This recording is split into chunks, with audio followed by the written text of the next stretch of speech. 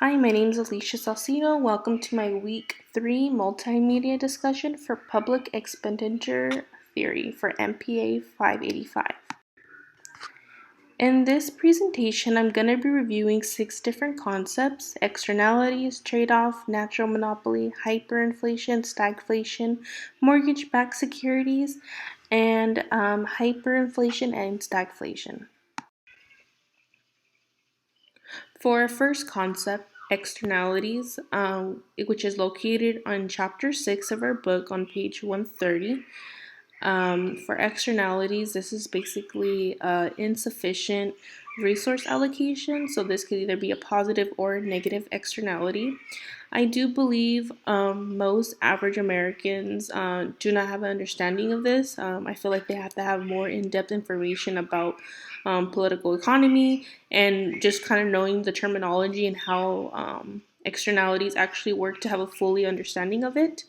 An example of a negative externality would be the soda industry, because the government has to put in more cost, which is a marginal social cost. Since that marginal social cost is over the marginal private cost, which would be the soda industry, that is considered a negative externality. Our second concept is trade-off, which is located on page 164 in chapter 7. So trade-off is basically the difference between the equity and efficiency. I do believe an average American has an understanding of trade-off just because it is used to in everyday for life decisions. An example of a trade-off would be, are you going to be spending more time with your children or more time working? So you're going to be looking at the trade-offs to see what are the pros and cons of it and what's going to be more beneficial for you. For our third concept, which is natural monopoly, which is located on chapter 8 on page 202. Natural monopoly is basically when a firm or company is very high in demand for their product. It's probably just because they're probably the only one in the location geographically, or there's not many other options for customers. And then I do believe like average Americans do have an understanding of natural monopolies, just because they're also dealing with these types of like industries to see like what is within their area. For example, I live in the city of Paris, so just to even get my water, I had to figure out where was the water located in the area that was servicing me. So it's only the city of Paris water. So therefore, I only had to go through the city of Paris, which is a natural monopoly, because this is the only water source I can get within this area. For our fourth concept, hyperinflation, which was located in the video of recession, hyperinflation, and stagflation. So, hyperinflation is basically when the government is just printing out so much money. Then there's a velocity of spending where people are just trying to spend a lot of money because they know that their value of the dollar is going to diminish. So just the speed of the printing out money and the speed of spending money, the monetary value just hyperinflates. So I do believe average Americans do have understanding, because every year we have a lot of stuff increasing because of the inflation. So I feel like people can grasp the concept of a hyperinflation with all of these occurrence happening. And then an example of it, say for instance, if the city of Mexico or the government of Mexico, if they're wanting to mass produce pesos, they can keep mass producing and people are going to be rapidly spending it, creating a velocity of spending, and that peso is not going to carry the same value it originally did.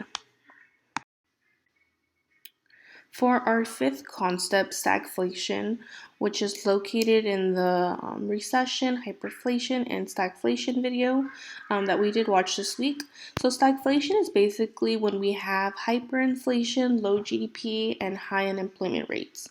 I do believe maybe most average Americans don't have a concept of this. I didn't even have a concept of this terminology.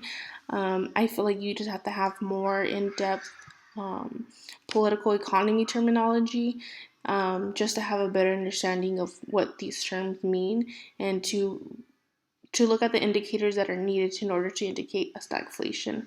So an example of this, we could be here in the U.S. currently, say if we're having high inflation right now, the government is just mass producing money, and we're just having a velocity of spending, and then companies realize, hey, there's an inflation, we can no longer afford to keep people on payroll, so there's going to be a slower production in the industries, and then there's going to be a higher unemployment rate because companies are going to be letting go their workers because they can no longer afford them due to the um, hyper inflation.